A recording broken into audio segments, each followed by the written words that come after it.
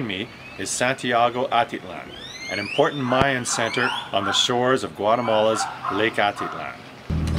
This is where I lived in 1976 when a devastating earthquake crashed across the Guatemalan highlands, killing upwards of 22,000 people. And this is the raison d'etre for returning to the area to work on a Habitat for Humanity project in nearby Los Encuentros. This is the house we're building for Rodolfo and his family in Los Encuentros, a small crossroads town just north of Solala, which is on the shore of Lake Atitlan. We came here on Monday and there was one row and a little bit of the second row done. Now it looks to me like we're up to row number 9. Well, Habitats, I'd say the model works very similarly around the world. And both in Canada and here in Guatemala, the families have to be working so they have an income. And they have to repay the loan or repay the mortgage that is given to them for the house. But it's zero interest, so it's something that allows them, we call it a hand up and not a handout, so it's not pure charity, but it's something that they would not be able to do on their own. So Don Rodolfo, I was speaking with him back in January. He found out about Habitat. He went down to the office, filled out the paperwork. They're currently living in, there's a family of 5 sharing one room, so this is a very big deal for him. And then it worked out perfectly that we were having this group come, so we were able to help him out. They're gonna plan on moving in on Tuesday, and that's right for Semana Santa, which is Holy Week here, so he's excited because he's gonna spend Easter in his new home with his family.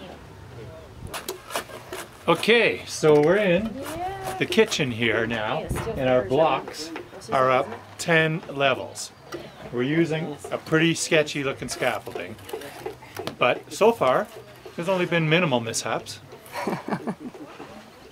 This is Rodolfo Sorin. See? Okay. Rodolfo is the person who is going to own the new house.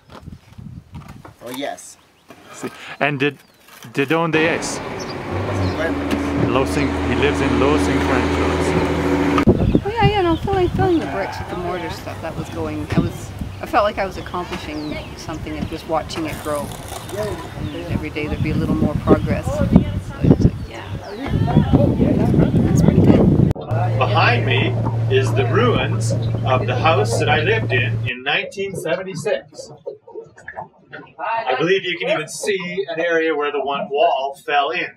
It injured a guy from California that was staying with us, but myself and my 2 friends from Ontario were uninjured. When this happened, communication was almost non-existent on the lake. It was a half-day bus ride to the town of Panajachel for the closest phone. So, the upshot of that is our parents didn't know we were alive for almost 3 weeks following the earthquake. This is our very emotional meeting with Rodolfo and his family at the end of our 5 days working here. They're pretty happy and pretty emotional.